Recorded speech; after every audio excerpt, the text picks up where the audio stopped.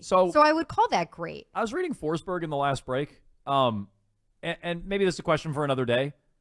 How much credit does Ainge get for this team? A lot. Does he? Come on. I'm sure you've seen the graphic going around. For the basis of it, yes. Yeah, okay, for Jalen and Jason. Yeah, but maybe not the basis that got him to this point. Right. The basis didn't break through. Mm-hmm. It's Brad Stevens' moves that broke through and changed. Like, would you give him any credit? Yeah, some, but how much? Probably less. Probably less than most. 10%. 10%? Something like that. I think I'd have to give him 20% because it's 20% of your starting lineup. Okay, fine, but we're still talking about. No, it's more than 20% of your starting lineup. But I 40%. I would say 40%? Well, it's 2. Oh, I was thinking about Jalen and Jason when I'm saying it's 20%. 2 out of 5. Yep, 2 out of 5 is not 20%. Oh my God, 1 out of 5 is 20%. Yes. 40%. Live math is dangerous. Got there. I mean, look, I am definitely not casting stones. Just that math didn't make sense to me. The math has been tough all week. That's fine. When it comes to Ainge, I don't think Ainge would have made the moves that put them over the top. And so, yeah, Ainge gets all the credit for Tatum and Brown, but Tatum and Brown didn't bring a championship to this town on their own. They couldn't do it. And so the whole roster, the whole thing, that's like 90% Brad Stevens in my estimation, because I don't think Brad makes half the I don't think Brad trades for Ainge trades for Derek White. Derek White's not on this team if Danny Ainge is the GM. Danny Ainge is not giving up on Romeo Langford. Gershon Yabusele and Shemi Ojeleye would still be on this team. It became very miserly towards the end, for sure. I mean, the Derek White, go back and look at the Derek White trade and how the team's taken off since then. And Arkan, you know this in real time. I didn't love it. I'm like, Derek White's fine, but like, what is he going to be on this team? Why are they giving up so much? I didn't love it. And it turns out that was a massive trade to unlock this team. They were like a 500 team. And that's the roster that Ainge left. So, like, Ainge gets all the credit for Tatum and Brown. Tons of it. Although I think him trading back for Tatum is a little overrated. Ainge gets tons of credit. But for this championship team, sure, he gets some. But what put them over the top, what unlocked it, the full roster that made them a head and shoulders better than everybody, that's way more Brad than Ainge. Who gets more credit, Brad or Joe Mazzulla? Brad Stevens. Definitely. I agree, but I'm a hater, so I wasn't sure if you were going to go there. Well, but you're also stuff gets me excited. You're also someone who believes in coaching a lot more than me. I do. Yeah, so I don't know. You're the one winning in spite. You're the one who's going to have to rectify that. You're going to have to rectify how bad he is as a coach, but also that coaching He's matters. been a lot better this year. I think you got to sort that one out. I think I've been saying this for at least a month now. Like, I do think he's been a lot better this year. It's been a learning curve, but he's at the further end of the curve. How much you give Ainge? I'd give him a lot more. I was going to say, if we're only giving 10 or 20%, then we're basically in the same range. But I think I'd give Ainge like 60%. Honestly, I think I'd go. Yes, I would. Because without that, you have nothing to add to. You have nothing to build on. Play the game. You know, if you don't have those two guys and you didn't sort of maneuver your way into that, which, by the way, it wasn't just drafting Tatum and Brown. It was that whole thing with Brooklyn and getting those picks and like everything else. Like that was some very shrewd maneuvering. There was never a dead spot in the Celtics. They never had that like series of down years where they couldn't get in the playoffs. Yeah, they were. And that was all because of Danny Ainge. They were good because of Ainge. They're going to win a championship in spite of like what Ainge was trying to do in the meantime. But Brad Stevens inherited a very good team with two generational players. Let's play the same game. How much credit do you give How much credit do you give Dan Duquette for the 2004 Red Sox? I give him a lot of credit for that. How much? I do. 50% maybe? Wait, so ridiculously high. I don't think 50%? Pedro, Manny Ramirez? Yes, absolutely. Okay. I can't say this. Pedro, Manny, David Ortiz was a Duquette guy, right? No. Was he not? No, you're right. He wasn't. All right, but Manny and Pedro were. Yep. And those are pretty important guys there. Yeah. And I understand. And Theo subtracted Nomar. And he did. You give Dan Duquette 50% for that World Series? Maybe not 50. Maybe like 40%. Still too high. There's more people on a baseball team. 10. But I'd say he deserves a ton of credit for it. I'll give him 11. I'll give Duquette more than Ainge. 11. But That's some good percentages still. Theo got Schilling. Theo got Ortiz. He subtracted Noma. No. Like Duquette got players there that made them good. But we're talking about what made them a championship You're just team. a Theo simp. I am. But that's why. And a Brad Stevens simp. I watched. Yeah, he really is. Okay, simping hard for all these boyish faced guys. Okay, but I'm not saying Duquette was bad. Duquette got good players in the door. But every GM brings in some good players outside of your guy over there, Chaim Bloom.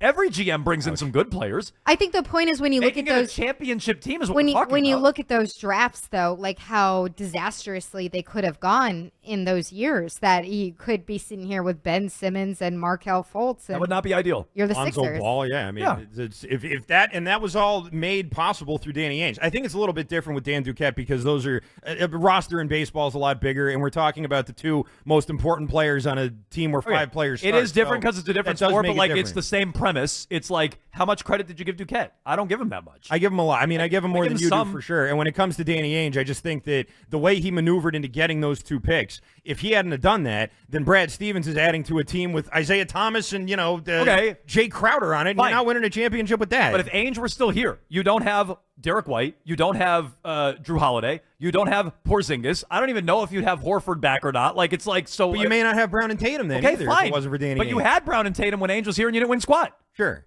What do you mean? I mean, that's true. Yeah, so this is what puts them before over the they top. were in their primes, and I understand. I mean, it takes a while for that to happen. And they haven't won a championship yet this year either, by the way. When you agree with Jones, he shouts, "What do you mean, sure?" I mean, like, sure. Don't you agree with me? No, it's like they didn't win. Ainge was here with Tatum and Brown. They had championship caliber teams. They didn't win. Yeah, this team hasn't won yet either. Let's not pretend like Jason and Jalen aren't the most important parts of the team. They definitely are. They definitely are. And trust me, they're going to be the biggest reasons why this team wins. But this team is choked with Brad Stevens as the GM now a couple of years in a row here. It's not like it's been some drastic change. No. They're better. I mean, I think they're a better, more talented team. I think Brad Stevens has a lot to do with that. But he would be adding to a very different team if it wasn't for Danny Ainge. But the White move helped them go from Eastern Conference Final to in the NBA Finals. Do you think that's the only thing that changed? No, I don't. I also think Drew Holiday and Porzingis are part of the reason potentially that's going to bring home a championship. And so, like, those are big moves that he made.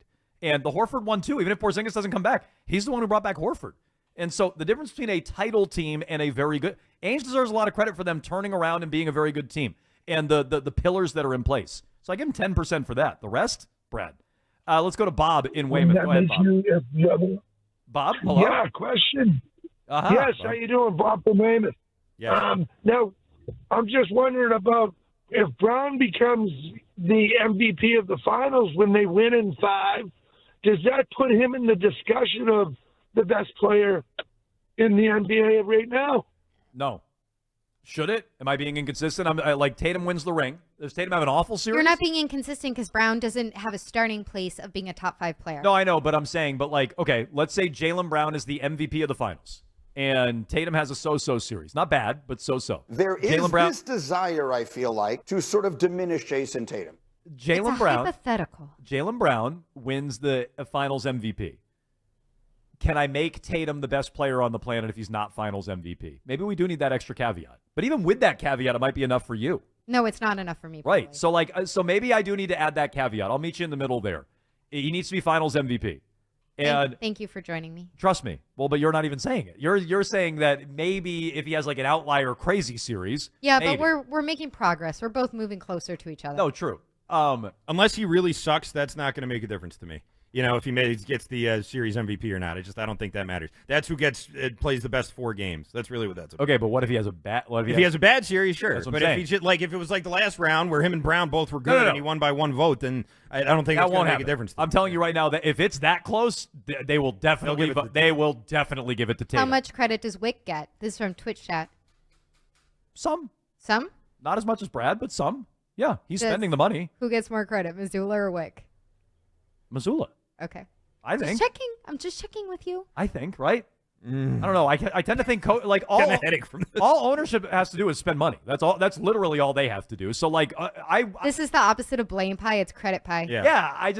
The bar's very low when it comes to ownership and paying. I like blame pie more than credit pie. Yeah. All you have to do is spend money. That's your only job. Jones is slicing credit pie like they slice in Goodfellas when they're in prison. They're slicing the onions. Yeah. I will dole out thin, but I would credit for you. Ownership matters less than coaching and a GM. I don't think coaches matter all that much in the NBA, but it matters more than ownership. All the owner did was open up his wallet. That's it. It's either you're cheap or you're not. It's binary. What a sucker. So yeah, right. It's. I think. I don't want to give Wick too much credit. He's the best owner in town, but that's only because the other owners are all cheap. That's why. Yeah, and if you listen to Colin Cowherd, your hero, he's ruining basketball by running his team so efficiently. And there's also other owners like in Phoenix who are spending a lot of money, like Durant and Bradley Beal and Devin Booker, all those guys cost a lot of money, and they did spend to get it, but they're not as good because... You think that's ownership's fault? Or no, I'm just saying the owner's doing the same thing our owner's doing, right? Yeah, but like saying, then it depends what his basketball people But I think you're making my point. I am making your point. Right, okay, good. So we agree. Never mind. I thought you were arguing with me. Okay. No, I'm saying... This is with you today. I don't know. I'm yelling at me when Every time Arcane agrees with you, you shout him down. Like, shut up, Ark.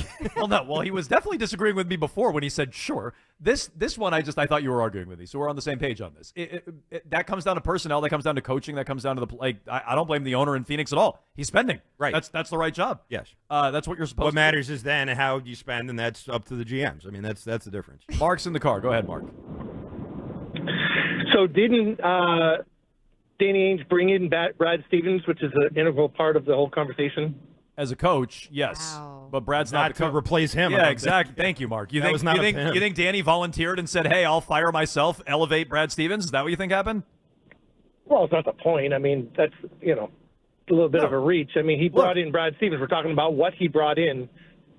I hear you, Mark. If it wasn't for Ainge, you wouldn't have Brad. Yeah, I don't. And if it wasn't for Brad, you wouldn't have Derek White. I don't factor that in for Ainge. Ainge brought him in as a coach, and Brad Stevens, overrated coach.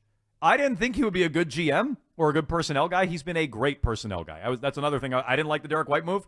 I didn't think Brad would be good in this role. I didn't think he'd be long for this role. I thought it was a placeholder role.